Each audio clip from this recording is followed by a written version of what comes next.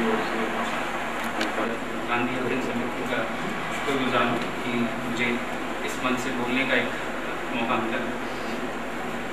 ये जो मैं सीधे विषय पे आऊँगा क्योंकि मुझे लगता है कि काफ़ी कुछ है कहने को।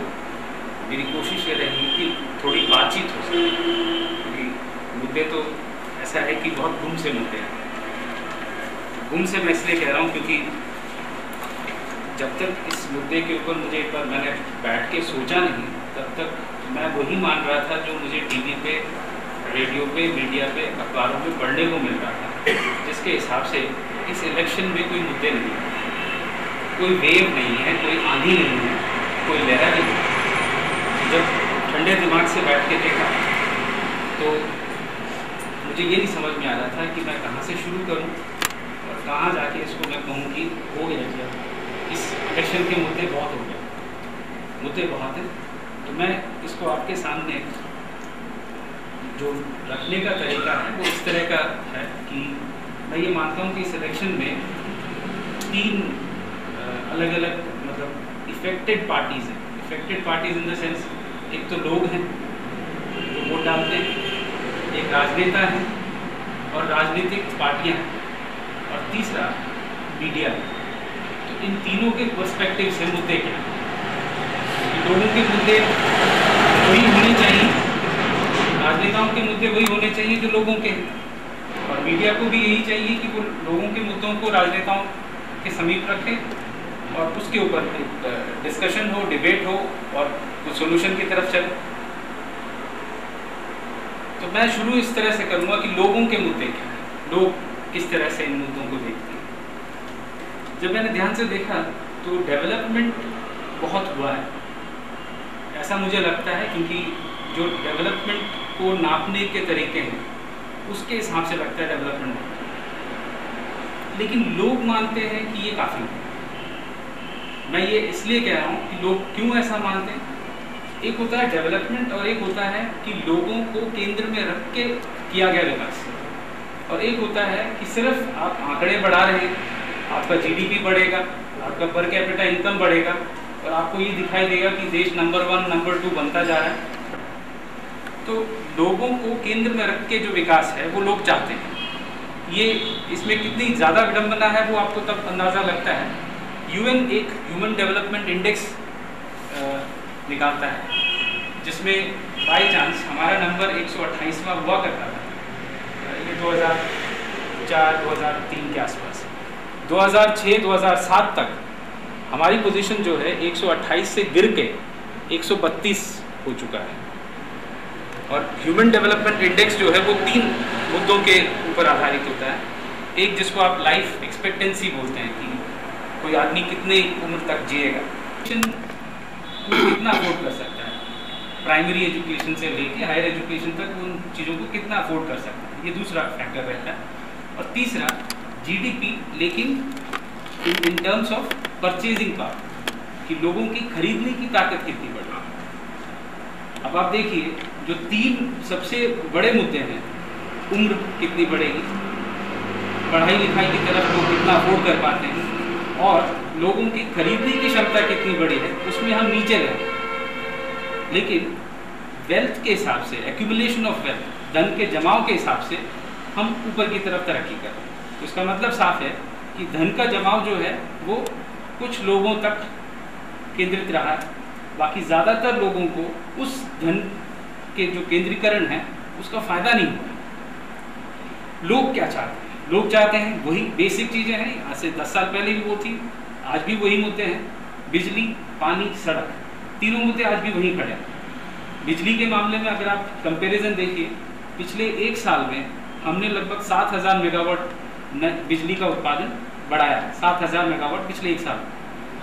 हमारे मुकाबले में अगर हम चाइना को देखें तो पिछले 1 साल में उसने 1 लाख मेगावाट बिजली का नया उत्पादन किया। तो हम मुकाबला चाइना से करना चाहते हैं, लेकिन इस तरह से कैसे कर पाएंगे, और ये फ़ायदा लोगों तक कैसे पहुंचेगा? इसमें दिक्कत क्या है? दिक्कत ये है कि कहीं ना कहीं सरकार ये मान चुकी है कि बिजली पैदा करना और उसको लोगों तक पहुंचाना ये सरकार की जिम्मेवारी नहीं है। ये कायदे से एक नया टर्म उन्होंने चलाया है जिसको बोलते हैं पब्लिक प्राइवेट पार्टनरशिप, यानी कि प्राइवेट पार्टी जो है वो फैक्ट्रीज लगाए जिससे बिजली प्रोड्यूस हो, थर्मल पावर स्टेशंस लगाए, ठीक, सरकार उसमें थोड़ा फैसिलिटेट करे, ज़मीन मिल जाए उनको और कुछ पानी उनी जो है फ्री ऑफ कॉस्ट अवेलेबल हो जाए, टैक्स जो उनकी है उसमें कमी हो जाए, और सरकार के साथ ऐसे एग्रीमेंट हो कि अगर इन कंपनीज को कोई घाटा पड़े तो वो घाटा सरकार पूरी करे। मतलब सबसे इम्पोर्टेंट चीज़ ये है कि अगर इन कंपनीज को घाटा हो तो वो घाटा सरकार पूरी करेगी, जो दिल्ली में भी हुआ, जो हमने देखा 2 हिस्सों में बांटा गया, रिलायंस और टाटा को दिया गया, उनको जो घाटा पड़ा वो दिल्ली गवर्नमेंट ने पूरा किया। सिर्फ घाटा ही नहीं पूरा किया बल्कि उनको बिजली के दर को बढ़ाने की भी परमिशन दे दी। तो लोग ये नहीं चाहते, लोग बिजली जरूर चाहते हैं लेकिन लोग इस तरह की व्यवस्था नहीं चाहते। दूसरी बात, पानी का मुद्दा जो है वो आने वाले दिनों में बहुत ज़्यादा गरमाएगा। उसकी 2 वजह है। एक वजह ये है कि हमने शहरीकरण तो किया है, उसको अर्बन डेवलपमेंट बोलते हैं। अब अर्बन डेवलपमेंट में जिस हिसाब से हमने हाउसिंग कॉलोनीज बनाई हैं, उस हिसाब से उन हाउसिंग कॉलोनीज के लिए पानी की व्यवस्था नहीं की। हरियाणा का एग्जाम्पल है हमारे सामने कि यहाँ सेक्टर कटते हैं पहले और पानी बाद में बाई ऑर्डर दिया जाता है। कौन सा पानी होता है? वो जो किसानों के हक का पानी है, उसी को आप डाइवर्ट कर देते हैं उससे। तो पानी की कमी तो होगी, ना किसान को पूरा पानी मिलेगा, ना सेक्टर को पानी मिल पाएगा। किसान भी रोएंगे इनको, सेक्टर में रहने वाला आदमी भी रोएगा पानी की कमी को लेकर। तो सरकार उसको क्या बताएगी कि पानी की कमी क्यों? सरकार ये बताएगी कि फलाना राज्य हमको पानी नहीं देता इसलिए। तो फिर 2 राज्यों की लड़ाई शुरू हो जाएगी और वो चलता रहेगा। वो हमारे सामने है, चाहे हरियाणा पंजाब का हो, चाहे तमिलनाडु कर्नाटक का रहा हो या तमिलनाडु केरल का रहा हो। तो मुद्दे इस तरह से बढ़ते चले जाते हैं। लोग ये नहीं चाहते, लोग पानी की व्यवस्था ठीक करना चाहते हैं। तो इसका मतलब क्या है कि डेवलपमेंट जो हमने प्लान किया उसमें कहीं कमी है। सड़क की बात जब करते हैं, सरकार इससे भी अपना हाथ पैर दोनों खींच रही है। सरकार कहती है कि मतलब सड़क जो है इसको बिल्ड, ऑपरेट एंड ट्रांसफर उस मैकेनिज्म से बनाना चाहती है। यानी कि सरकार कोई ठेकेदार बनाए, सड़क बनाए और उससे टोल टैक्स वसूल करे, चाहे वो 10 साल के लिए हो चाहे 20 साल के लिए हो। सरकार की ज़्यादा जिम्मेवारी ना हो उसकी। अब ये टोल टैक्स वाला जो है, अब हर जगह तो सड़क नहीं बना पाएंगे। ऐसी बहुत सी जगह जहाँ से लगता है कि ट्रैफिक की फ्रिक्वेंसी उतनी नहीं रहेगी जितनी कमाई हो सकेगी और बहुत ज़्यादा टाइम लगेगा पैसा वसूलने से, तो वहाँ सड़क कौन बनाए? वहाँ सड़कों की हालत आपको खराब है। शहरों के अंदर, शहरों की जिस तरह से प्लानिंग की गई है, सड़क कम है और ट्रैफिक आपका उतना ही बढ़ता जा रहा है। ना नैनो भी आ जाएगा, फिर उसके बाद आप देखिए कि सड़क की हालत क्या होगी, ट्रैफिक की पोजीशन क्या होगी। हालत इतनी ख़राब है कि शहरों के अंदर जो पैदल चलने वाला आदमी है उसकी कोई औकात नहीं, उसके लिए चलने की कोई जगह नहीं। सबवेज आपने बनाए हैं लेकिन जो सड़क आपने बनाए उसके साथ पैदल चलने वाले के लिए कोई स्कोप छोड़ा ही नहीं। तो आपने ये मान ही लिया कि इस देश में जो शहर में चले, शहर में आएगा, उसको पैदल चलना ही नहीं चाहिए। लोग ये नहीं चाहते, लोग चाहते हैं कि सड़क बने और हर एक को उसके हिस्से का अधिकार मिले।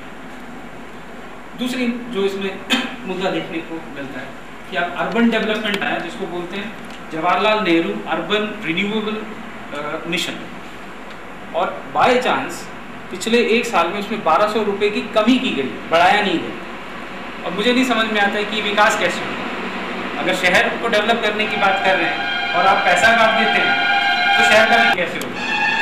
वो होगा उन इंडस्ट्रियलिस्ट की मदद से जिनको जगह दी जाएगी, उनके नाम से उसको डेवलप करने, स्पॉन्सर्ड डेवलपमेंट, लेकिन सरकार की जिम्मेवारी नहीं। अब जो क्रूशियल 3 एरियाज हैं, बिजली, पानी, सड़क, अगर इसमें सरकार कुछ नहीं कर सकती अपनी तरफ से तो फिर हम सरकार चुनते किसकी? ये मुद्दा है जिसके ऊपर सोचना पड़ेगा और आगे जब हम बात करेंगे तो और निकल के आएगा।